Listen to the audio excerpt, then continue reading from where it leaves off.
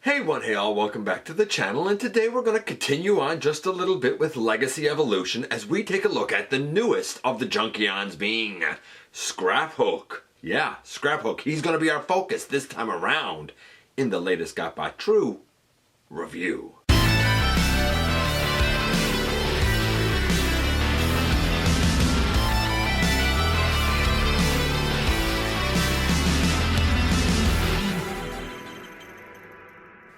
Hey all, welcome back to the channel. I'm your host, your most humble of hosts, Dennis Moulton, aka GotBot. As always, man, please like, comment, share, of course subscribe, and while you're at it, light 'em up, baby!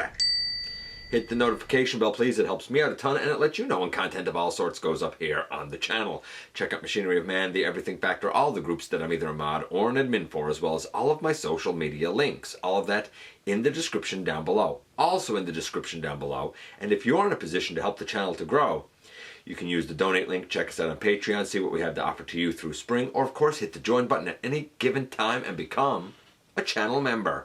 And this is Scraphook, baby.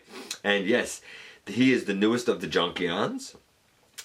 He's pretty much an original, like, creation, so to speak, and he very much embodies the Evo Fusion, which is basically the fossilizer weaponizer gimmick, but in a more refined sense. I'll explain what I mean when we head over to the table and take a closer look at this guy. And yes, of course, today we're continuing on with our look at the deluxes for the first wave of Legacy Evolution with Scraphook. Now, we previously looked at Needle Nose and his two little target master partners. We're looking at this guy. I'm going to tell you now, unless it happens to kind of fall in my lap, I'm not necessarily planning to look at the hot shot. The Armada stuff is just, it's not my bag. I've seen some reviews. I think it looks pretty good. I certainly think the arm articulation is an improvement over the original. And I do think that Unicron Trilogy fans should very much support that. So if it happens to fall in my lap, yeah, okay, I'll take a look at it. But it's not necessarily on the plan, just so folks know. Also not on the plan will be the core class, because quite honestly, I'm not remotely interested in the little core class Dinobots without elbows. I can tell you now they wouldn't score well with me. And I looked at the core class Soundwave. The Sound Blaster is the exact same mold, so all of my thoughts there would really be the same, other than the coloration. And I like the coloration. I love black and I love purple, so his chest being purple and the rest of them being black, like, yeah, that's cool. I'm down with it, right? The transformation is really cool for that and whatnot. I've already looked at the leader class, which is going to be a repack for Wave 1 of the Beast Force Transmetal 2 Megatron. And I think that's fabulous. If you missed it in Legacy, get it in Evolution. And I've already looked at Leo Prime or Lio Convoy and Tarn. I just wanted to kind of give that as an overview of, you know, what I've already covered and kind of what's coming up in terms of Legacy Evolution. We have our boy here. He looks pretty good. A lot of paint here. This guy is surprising in a lot of ways. He is definitely this line's answer to things like weaponizers and fossilizers, and kind of evolving that gimmick a little bit, so to speak. But before we can look and talk about him, we have to take a look at the packaging first. Here is Scraphook in his, like, armed up truck mode. Looks pretty tough. Like he's ready to go into battle. It's very Mad Max kind of like truck sort of style, right? Here he is over here, the robot mode, the close-up of his head. Of course, the question can come up, though we don't have fiction for this, how did the dude lose his eye? I mean, he's made of junk, so, because he's a Junkion, in case you didn't know. Man, the bottom of this box is not flat. It does not want to stay stood up very easily. You can see the art on the side of the box is, I'm going to call this the hotshot art. The other, I'm calling the Leo Prime art, because hotshot seems to be very prominent on this art and Leo Prime seems to be very prominent on the other art. If you don't know what I'm talking about, much like with Legacy, you can take the boxes and put them together to give you a full picture. On the back we have Scraphook in his robot mode and his vehicle mode, and all of his component pieces for the Evo Fusion, which is basically the weaponizer fossilizer gimmick. Here we have the instructions. They're all right. I did find that they were a little finicky in terms of showing what you exactly had to do with the arms. Here's the difference between previous weaponizers and fossilizers and this guy. You can accomplish the transformation without parts forming. That's a big step in the right direction, I think. A lot of people didn't like the fossilizers or the weaponizers because there were times in going to alt mode where you had parts form. I'm okay with it. In this case, yeah, okay, you can take him apart and use him with other characters, but you don't have to if you don't want to. And here we have Scraphook with a smattering of new and old Junkions. And of course we have Wreckgar and Junk Heap in the back. And a lot of people have said it's so strange that they're motorcycles and Scrap Heap is a truck and he's smaller. I agree in terms of typical scale for Transformers. However, to be fair, it might be the fact that they're made up of junk. Like maybe the bikes and the truck aren't necessarily supposed to be in scale because they're, you know, constructed of just junk pieces. By the way, I have two more Wreckgars there. I tend to use this guy as just a generic Junkion as well. And the other Wreckgar, actually, I don't own anymore. That's not mine. That belongs to one of the Scraplets. It's just I took it on loan for, you know, this overview here. And honestly, I like this. Having a few Junkions, yeah, man, I'm down with it. And here we have Scraphook. I mean, he has your typical Junkion beiges, browns, oranges, and reds. I'm going to call it a 10. Interesting fact. I feel like that this could be, I don't necessarily want to say reused, slightly reused, kind of remolded. Early depictions of this guy in, I guess, preliminary artwork really had the transformation reversed, where like these sections and his foot that really becomes the front of the truck were the arms, and the arms were really used for the lower part of the truck. I could believe that we might get some sort of remolding and change that around because the arms and the legs, lower legs, can come off. So definitely worth noting that that could be something we'll see with a different Junkion down the line. As it is, though, I'm going to say 10 because why not? We don't really have any fiction to compare to. In terms of the articulation for the guy, I'm going to do that now, and then I'm going to talk about his numerous accessories. The head goes left and right. Can't really look any up and down. The arms, they can go all the way around, out to the side, fairly far. We have a bicep swivel, though I'll say this, the elbows are not pinned, and as such I do find, at least with my copy, that one of the arms likes to come off before the bicep swivel works. Something worth noting, because we've gotten very used to these hinges being pinned. They're just friction on his elbow this time. Elbow to 90 degrees. We do have a wrist rotation, waist, leg all the way forward, leg all the way back. Legs can go really all the way out to the side, certainly as far as you're gonna want or need. There's a swivel that's not really a bicep swivel, it's an at the knee swivel. Like as I turn this, it's not really the bicep, it's not really the thigh that's swiveling, it's the knee. 90 degrees at the knee, and nice deep ankle tilt. So he has pretty darn good articulation, honestly. The tolerances, for the most part, the tolerances on mine are okay, except for that one elbow, and I can't recall which arm that's on now. I'm gonna say, I wish the elbow tolerance was a little better. Otherwise, everything is there with a good range of motion. I'm gonna give it a 9.5, because though that arm does sometimes kind of come off, it's not a big deal. It's really not a big deal, and I'm sure that that's just my copy.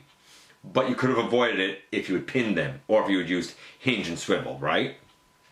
Actually, well, it is a hinge and swivel, it's just not pinned. I think it's this one over here that pops off sometimes. Like right here is what I'm talking about. It's not pinned, so worth noting anyway. That's the best I can say to you there. Now, here's the interesting thing.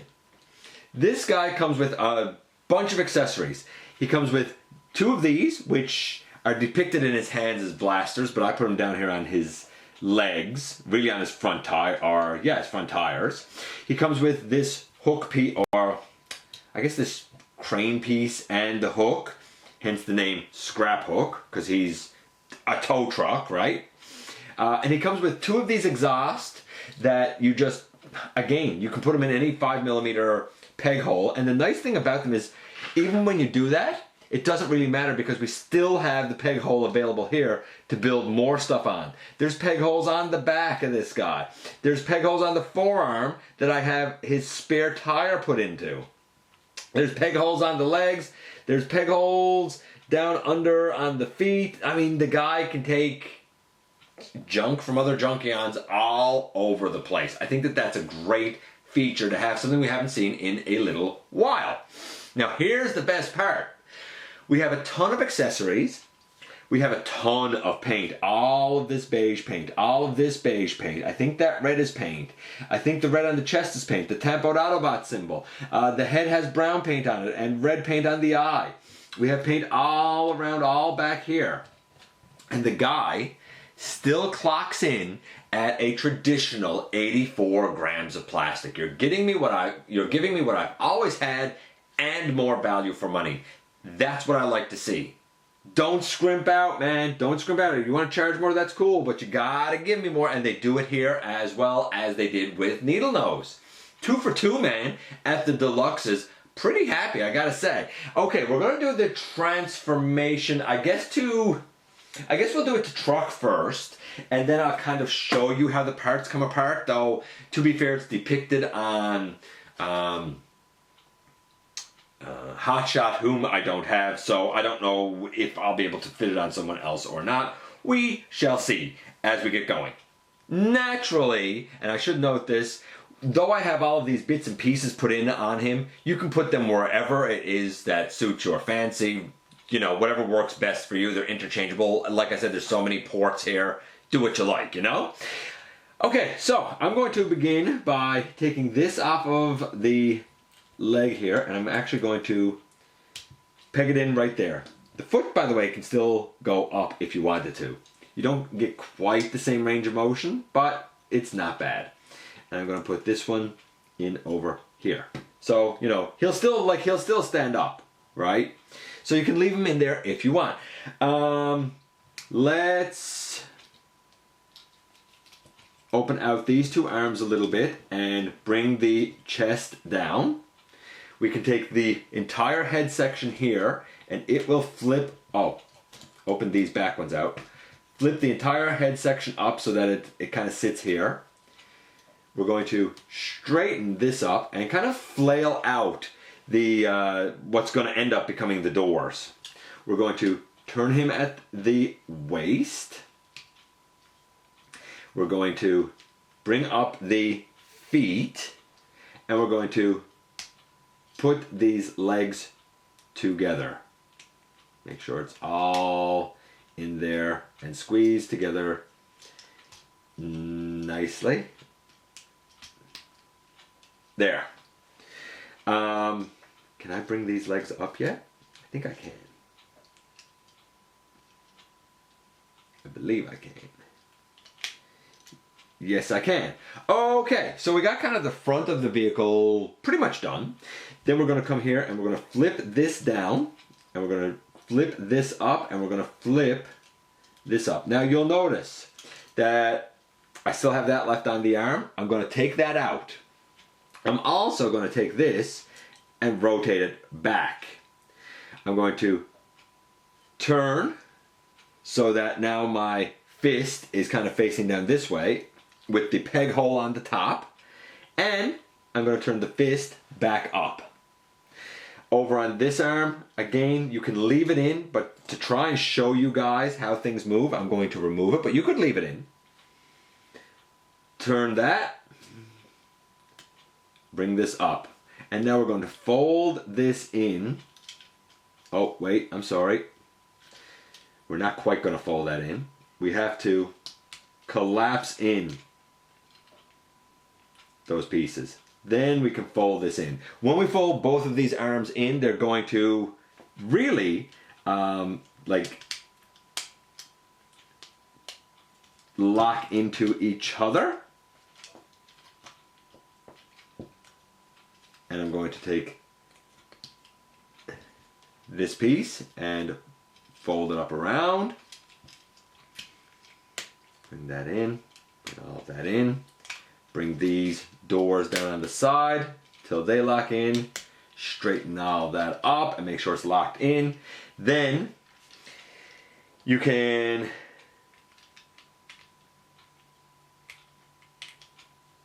put the hook, I just gotta find it there now, back in. And I've done the transformation leaving this on. You can just rotate this around. You don't even need to remove it. And then though I took this off of the side, I now put the spare tire back right there. And boom, in the end, here we have Scraphook in his vehicle mode. And man, oh man, what a cool looking truck. Yes, they all roll because the center hubcaps, I guess, they don't roll. It's just the tire out around. By the way, these two are painted orange. The back two also painted orange. Rolls like a champion. The truck is pretty much all painted for the most part in this mode. Not completely, but pretty darn close. The gray isn't. Outside of that, I think most everything else is. I love this. I think that this is an absolute success. Now, in order to kind of get him split up into component pieces for, attaching to others, like the whole, I'll call it weaponizer gimmick for lack of a better term. Let's see if we can kind of just work that out. So the front here, that can come off. These are his thighs, and I mean, you could always put another truck in here or different front pieces or whatever you like. People have done a lot of things with these, but these basically open up. And after you get these, again, opened up, we should be able to split them. So now we have two component pieces there. These two, I think they become like shoes at some point for someone. But we'll explore that in a little bit. Those two, they can go off to the side. Then we can come to the arms, and we're going to remove the arms as well. So we need to actually, I'm going to, again, take these pieces off just to make it a little easier to kind of see it. So we're going to come up here, and then these come apart, and now the entire arm can pull out from there, and the entire arm can pull out from there. And now the arm looks like this, all folded up. Right? So this is going to be another component piece, as is the other arm, and I guess these pieces. And that leaves this. And my understanding with this is that this now stays all the way down. This flips in, this flips in. Both go in like this, and this is the final component piece. Apparently. Evidently. So there you go. We have 5 weaponizer pieces. Man, I was really hoping that the bits and pieces would work with Wreck-Gar. Nevertheless, I'll try and show them off as best I can. Anyway, so, long story short, the two arms become like his boots, his lifts, right, on his feet. Then, pardon me, these pieces are supposed to go on shoulders using this peg right here, but he doesn't have a peg hole on his shoulder, but like that one would go on there and the other one would go on the other side.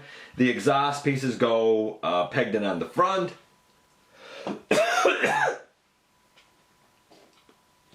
This apparently does nothing. So, yeah, okay.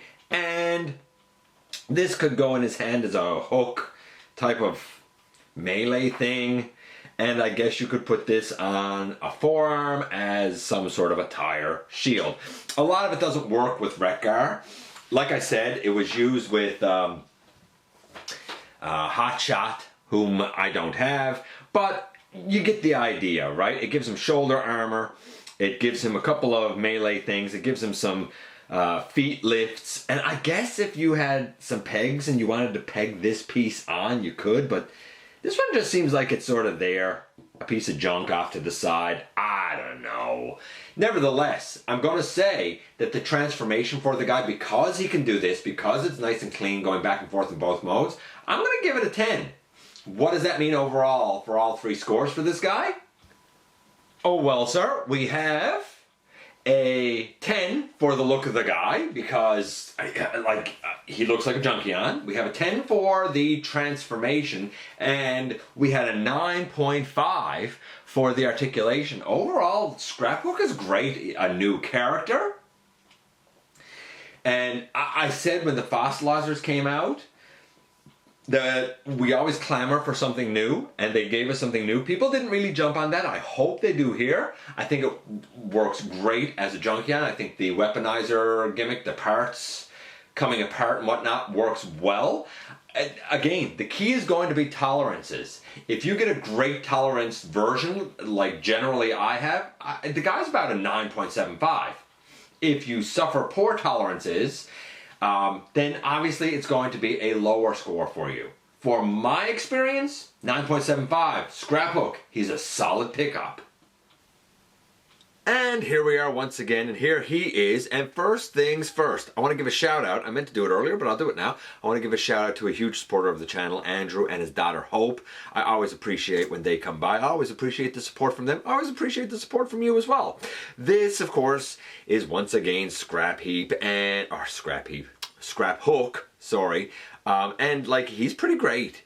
I feel like the tolerances are mostly good, except for that one elbow. Like, it's not a huge deal, but it does like to kind of give away before the bicep swivel moves. Now, I assume that that's just my copy, and that it will be like a, you know, a results will vary type of thing for different folks. I guess I could also rotate these up, since I have them in here. Why not? Why not rotate these up a little bit? Yeah, so like, it's not a big deal, but it does go to show that a pin has been eliminated, right? A pin in there would have stopped all of that. Is it a cost-cutting measure? Are they going back to just relying on friction? I don't know. I guess time will tell, but it is interesting to note. I will say this. The mass of a deluxe is here, and a ton of paint, as well as a lot of molded in detail. This is surprisingly impressive for a deluxe, honestly, and it's surprisingly impressive for a like weaponizer fossilizers gimmick, because the transformation can be accomplished without having to move, well, anything. So it kind of negates the parts forming component, I suppose. Which means you can use this guy as bits and chunks on other characters, as I attempted to do with Wreck-Gar, somewhat unsuccessfully. Or you can forget about that gimmick altogether and just use him as another Junkion transformer. Is it possible that he's a little bit too small because of the truck? I guess that depends on your sense of scale on Junkion, right? I feel like it's acceptable, since all of these guys are kind of cobbled together in hodgepodge of different robot parts, which means their vehicle modes are probably also hodgepodges of different parts, right? I think it's neat that we will be able to incorporate other bits in vehicle mode here as well, covered in 5mm pegs, and I guess ports, really. Well, more ports than pegs, I suppose.